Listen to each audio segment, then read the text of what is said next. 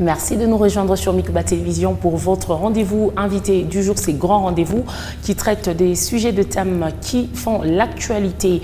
Alors, madame, messieurs, aujourd'hui, nous allons traiter un sujet qui nous touche directement, qui vous touche directement. Il s'agit des infrastructures, analyser les infrastructures routières à Kolwezi dans la province de là-bas après la tombée de premières pluies. Alors, pour en parler, je reçois pour vous un analyste politique de cette ville. Il s'agit de Monsieur Ogi Chambouilly, déjà avec moi, bienvenue. Merci Madame Immaculée, merci de nous avoir associés à cet entretien républicain. Alors ensemble avec vous, on va analyser les infrastructures routières à Kolwezi dans la province du là-bas. Nous allons commencer d'abord par apprécier les efforts. On va saluer les efforts du gouvernement provincial, il est vrai. On a vu le gouvernement provincial travailler d'arrache-pied pour réhabiliter certaines avenues. D'ailleurs, beaucoup d'avenues du côté Jolicite, on a vu du côté Quartier Latin, un peu partout, le gouvernement provincial a fourni vraiment beaucoup d'efforts pour réhabiliter ces avenues. Mais aujourd'hui, Monsieur Ogi, quel constat, quelle analyse faites-vous de ces infrastructures après la tombée des premières pluies? Merci beaucoup, Madame. Je pense qu'après la tombée de Madame la pluie, le constat est amer. Le constat est désastreux. Le constat est scandaleux. Il est vrai aujourd'hui que non, les dégâts qu'a causé la pluie de ces derniers temps, il est dû par rapport à plusieurs raisons. Notamment, la ville de Kolwezi, elle a un problème sérieux des caniveaux. Nous avons des caniveaux qui existent depuis longtemps, qui n'ont jamais eu de l'entretien pendant la saison sèche. Nous avons des caniveaux qui ont été construits, qui ne sont pas à mesure de contenir le débit d'eau, qui ne supportent pas des eaux de pluie. Nous avons aussi des caniveaux qui ont été construits à des endroits qu'il ne faut pas construire.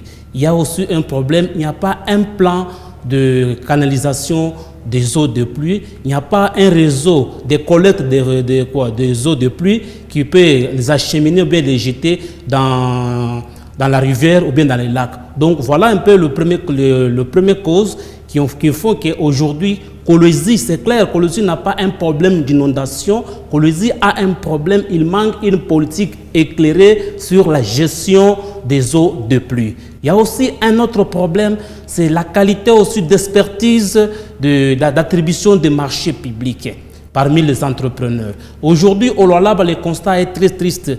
Donc, le marché public, on les attribue sur base des affinités familiales. Donc, au détriment des appels d'offres, pouvant permettre à l'État congolais, ou bien les dirigeants du Lualaba, de désigner, de sélectionner un entrepreneur ayant réussi à ce concours, bien sur base de ses qualités, sur base de son expertise. Malheureusement, au Lualaba, on attribue des marchés publics sur base des accointances. Monsieur Ogi, donc vous estimez que les entrepreneurs ou les entreprises qui sont commis aux travaux de réhabilitation de routes ou construction des routes ne sont pas à la hauteur? Oui, ils n'ont pas comme ce sont des entreprises, elles n'ont pas les compétences.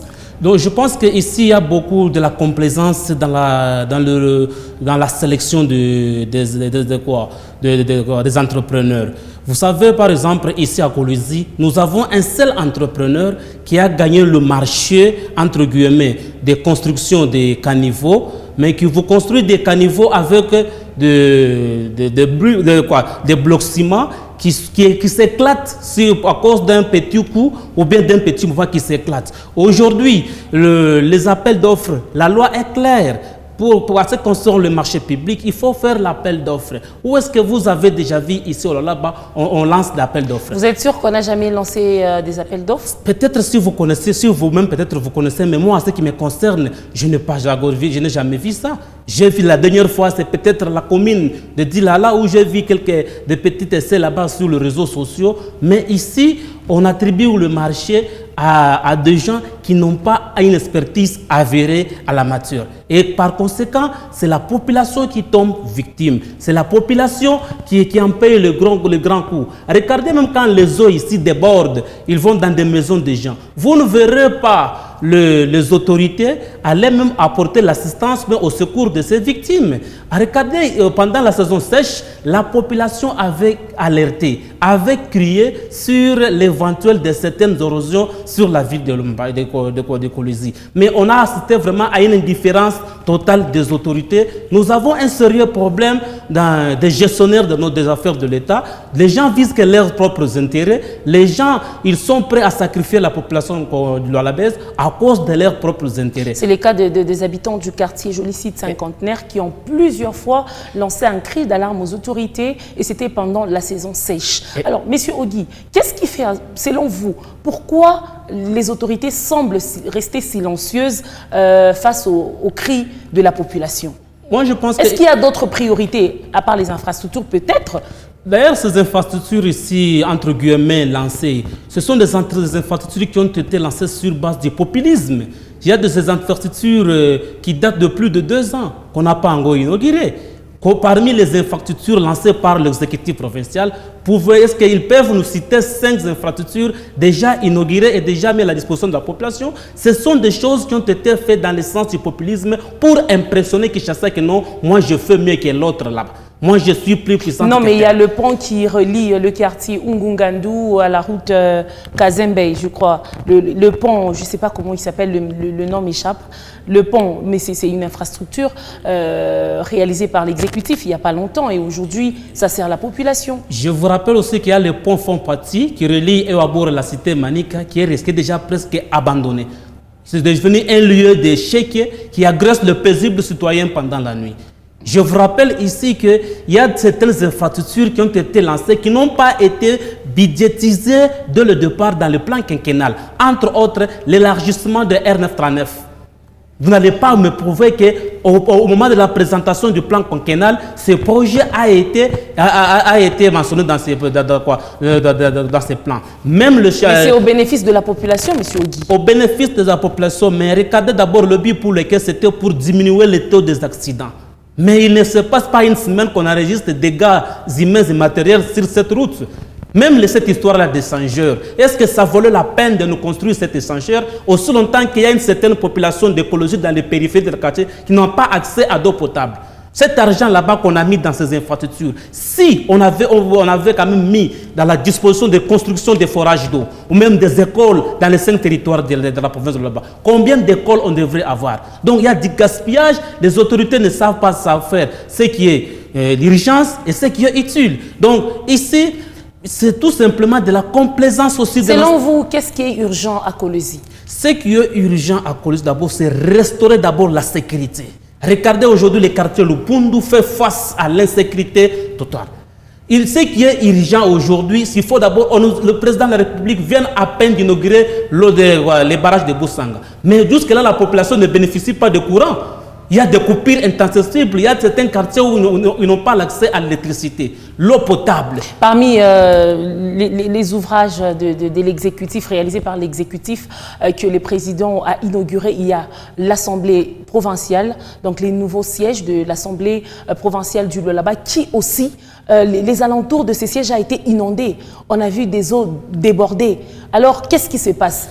Ça, c'est l'image que j'ai beaucoup appréciée, que j'ai beaucoup aimée. J'aurais apprécié que l'autorité provinciale, dans toute honnêteté, qu'il prenne ces images, qu'il envoie ça au président de la République.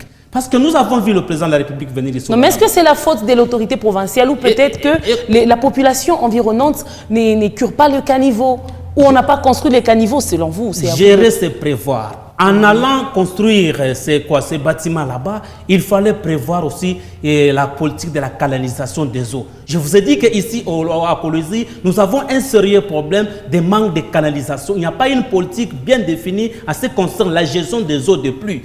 Vous comprenez? Ce qui s'est passé là-bas, c'est pour dire qu'aujourd'hui, vous semblez dire que le là-bas mieux. Mais je pense que les ancêtres aussi se sont exprimés. Parce que ces eaux qui ont inondé le nouveau bâtiment de l'Assemblée provinciale, c'est une réponse. C'est une réponse. C'est là où moi, j'aurais souhaité que le président de la République, avant d'apprécier l'autorité provinciale, quand il est venu ici, qu'il fasse la descente dans les Lualaba profonds, c'est-à-dire visiter Muchacha, Kapanga, Djilolo, Sandoa, Lubudzi, se rendre compte des réalités réelles que la population de la base vive. Organiser aussi ou bien faire des consultations au niveau local organiser des audiences, de recevoir les autorités sociopolitiques, les personnalités sociopolitiques du Lualaba, les leaders d'opinion, pour se rendre compte des vrais réels qui rongent la population du Lualaba. Malheureusement, à ce moment-là, il aura maintenant à mettre son appréciation par rapport à la gestion du Lualaba. Ici, on lui vend du cosmétique. Ici, on lui trompe avec des images qui ne semblent pas être faites. À peine qu'il vient d'arriver, de quitter Kolosi, pas même une semaine, Madame la pluie est arrivée. Voilà les dégâts, voilà les eaux que nous avons vus, même au sein de l'hémicycle de l'Assemblée provinciale. Donc, ici, je pense que les autorités doivent être sérieuses, ils doivent être honnêtes avec leur conscience. Il n'est plus temps de commencer encore à voir la population comme dit. Malheureusement, ici, au Lualaba, depuis un certain moment, nous assistons aussi à la complicité de l'Assemblée provinciale qui a lamentablement échoué dans sa mission.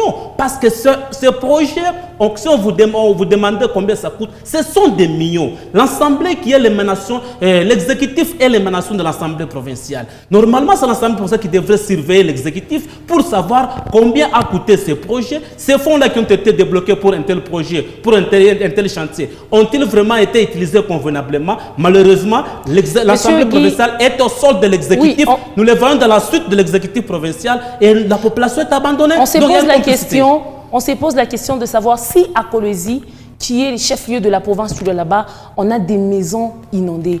Que dire de la périphérie et que dire du Lualaba profond avec la pluie? C'est ce que je vous ai dit. C'est ce que je dis qu'aujourd'hui, nos compatriotes de Kapanga sont découpés de la reste de la province à cause des ponts rouges.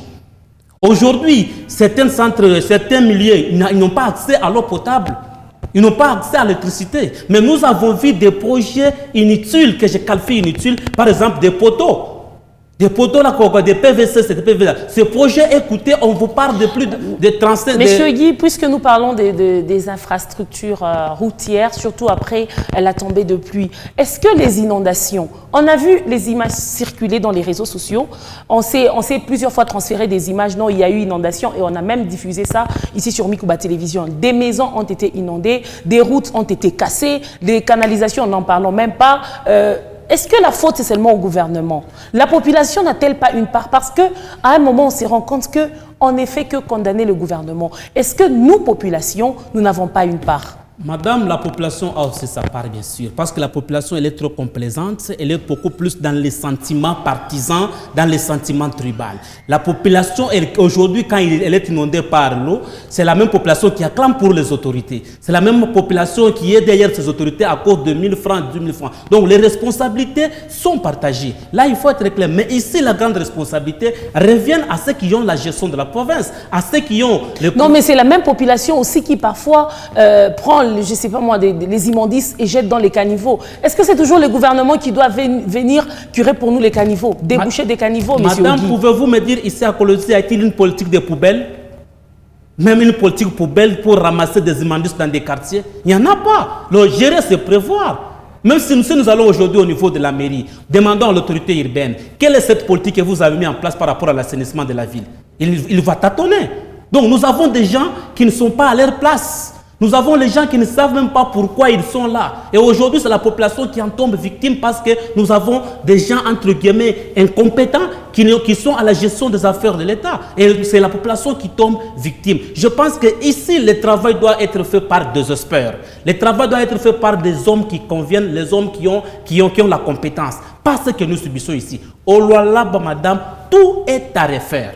L'exécutif, l'autorité provinciale, et ces ministres et ces commissaires, c'est à refaire. L'Assemblée provinciale, le député et leur président, leur bureau, à refaire. Les maires de ville, le bourgmestre, le chef secteur, c'est à refaire. Et d'ailleurs, par rapport au marché chantier, la population ne sait pas distinguer à qui sont les chantiers de l'exécutif provincial, qui sont les chantiers de la mairie, des communes et des... Mais même les chantiers de la mairie, c'est dans le compte de la province du Lualaba. Est-ce qu'on doit commencer à différencier pour dire ça c'est pour l'exécutif? Oui, madame, il y a ce qu'on appelle la politique de la redevabilité. On doit savoir qui a fait quoi, qui a fait ça. Et je vous flash qu'il y a des gueugueurs entre l'autorité provinciale et certains animateurs des ET2. Tout simplement parce que non, elles veulent apparaître dans leurs actions, dans leurs œuvres qu'ils font. Pourquoi vous ne m'avez pas cité dans vos actions là, dans votre action que vous avez fait? Donc vous comprenez tout simplement que nous sommes vraiment perdus. Nous sommes perdus. Et on a fait un autre constat, M. Guy. La plupart des avenues réhabilitées, par exemple, du côté Joli Site, portent les noms des autorités. Est-ce qu'il y a sélection? Est-ce qu'aujourd'hui, à Kolwezi, on réhabilite ou on construit des routes en fonction d'une quelconque personne? Je vous dis qu'au Lolaba, tout est à refaire. Vous comprenez? Aujourd'hui, on a regardé là où chaque avenue où se trouve l'intérêt d'une autorité est asphalté. Donc aujourd'hui, on privilège beaucoup plus les intérêts de ceux qui sont aux affaires, les intérêts de ceux qui sont à la gestion de la province. Donc, il n'y a pas de la méritocratie. Les noms là, ce sont les noms qu'on les attribue par rapport à leur copinage, à leur... je ne sais pas. Quand je parle de copinage, ce n'est pas seulement dans un sens X, Y ou un sens négatif. Quand on parle de copinage, donc il y a la camaraderie exagérée. Donc, tout simplement parce que c'est un club d'amis, c'est un club de jouisseurs, c'est un club des incompétents et les Lolabais doivent faire mieux. Faire mieux, c'est quoi? Il faut s'assumer. Monsieur Guy, on va prendre encore un autre exemple. Tout à l'heure, je vous ai parlé du pont qui relie le quartier Ungandu au quartier, je crois, Joli Site Kazembe. Si je ne me trompe, je ne sais pas, les noms de ces ponts m'échappent. Alors, on a constaté, on a construit cette route, il y a un pont, mais il n'y a pas de garde-fou. À la place de garde-fou, il y a des séparateurs. Donc, là où on doit mettre le garde-fou, c'est des séparateurs qu'il y a. Doit-on considérer qu'il y a de la précipitation dans la façon de faire de l'exécutif ou des autorités, en fait? Madame, on veut très vite faire les choses. Pas seulement de la précipitation, c'est les conséquences d'une gestion basée sur la rétrocommission. Quand vous donnez des marchés, vous attribuez le marché à des amateurs, les gens qui ne savent absolument rien, qu'est-ce que vous pouvez s'attendre?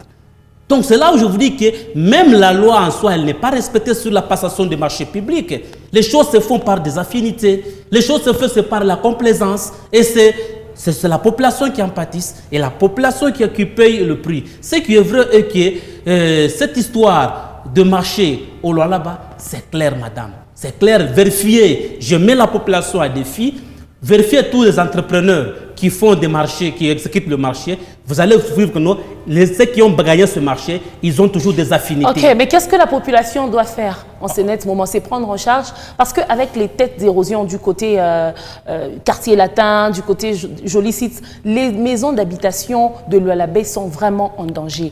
En ce net moment, que doit faire la population et que doivent faire les autorités? Très vite. Je pense que madame... les autorités en soi, il n'y a rien qu'on peut leur réclamer, c'est que de préparer leurs bagages, ils doivent partir.